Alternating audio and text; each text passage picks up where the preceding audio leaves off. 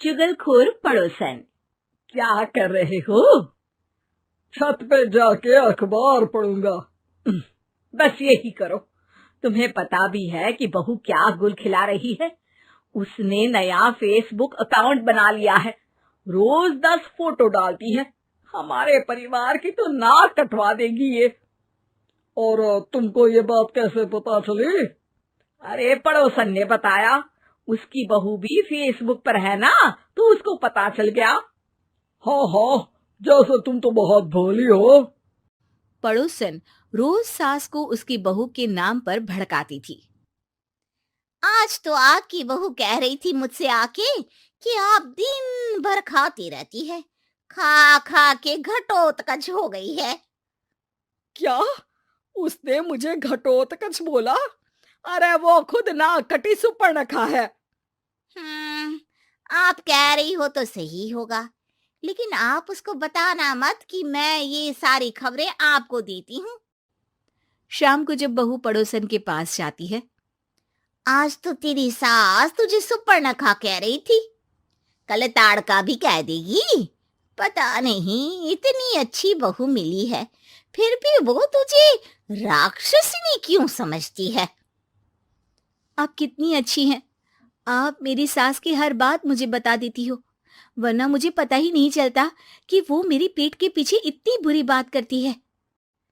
चालाक पड़ोसन रोज ही दोनों सास बहू के सामने उन दोनों की ही बुराई करती और चुगली करके बातें बता देती, ताकि दोनों में हमेशा लड़ाई होती रहे। आपने तो बस छत पे बैठ के अखबार पढ़ना है और चाय के घूंट पीना है। बहू की वजह से मुझे तो जहर के घूंट पीने पड़ रहे हैं। कल वो मुझे मोटी घटोत्कच बोल रही थी।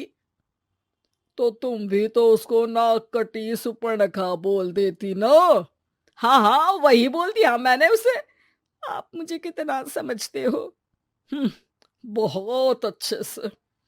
अब मुझे वो ये बात पड़ोसन ने बताई ना, वही तो है आपकी शुभ चिंतक। पर मैं इस बहू को ना सबक सिखा के ही रहूंगी। जरूर सिखाना चाहिए, पर आज तुम मेरे साथ शाम को छत पे बैठना, एक तरकीब बताऊंगा। बिल्कुल बिल्कुल, कितना ध्यान रखते हो जी आप मेरा।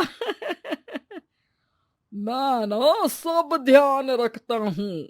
शाम को जब सास और ससुर छत पर बैठे होते हैं कि यहाँ खड़ी हो जाओ, यहाँ से ना तुमको पता चल जाएगा कि बहू की अगली चाल क्या है। अच्छा, कैसे? सवाल मत पूछो, जैसा कह रहा हूं वैसा करो। थोड़ी देर में ही छत पे बहू की आवाज आने लगती है। मेरी सास लायक ही नहीं है। मुझे पता होता तो सास बहू की भी कुंडली मिलवा लेती पहले ही। तेरी सास तो मुझे भी पसंद नहीं है।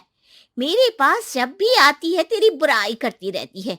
कभी सुपर्णखा कहती है, कभी हिडिंबा कह के कामचोर भी बोलती है, अरे कभी कभी तो चुगलखोर भी बोल देती है। काश आप जैसी होती मेरी सास। ऊपर छत पे पड़ोसन और बहू की आवाज सुन के सास के होश उड़ जाते हैं। समझी? जी समझी।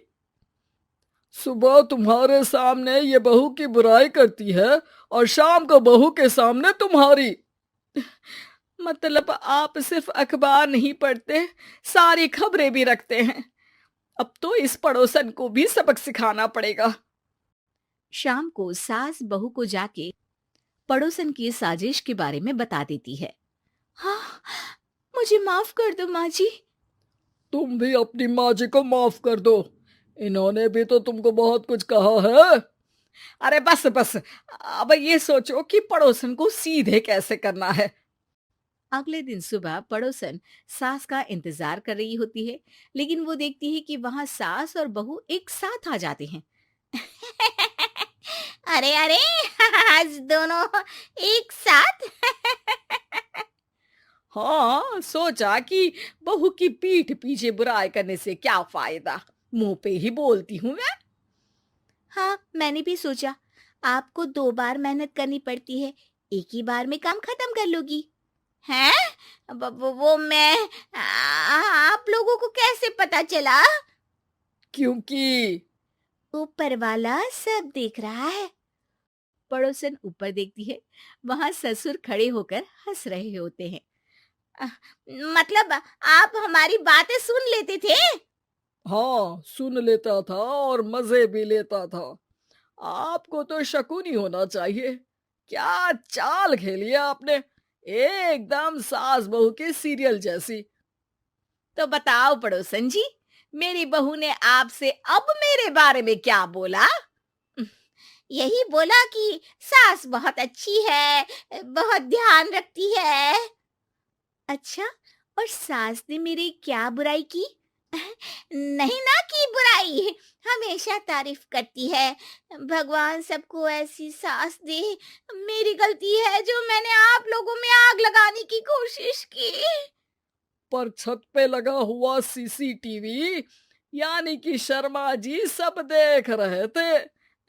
हाँ जी, हाँ जी, मुझे माफ कर दीजिए। माफ क्या? आपको तो अब हम साफ ही कर देंगे अपने वालों की लिस्ट से। आज से आपकी और हमारी बात बंद, लेकिन बुराई जारी रहेगी। अब आपकी हरकत के बारे में पूरे मोहल्ले को बताना तो पड़ेगा ना आंटी जी।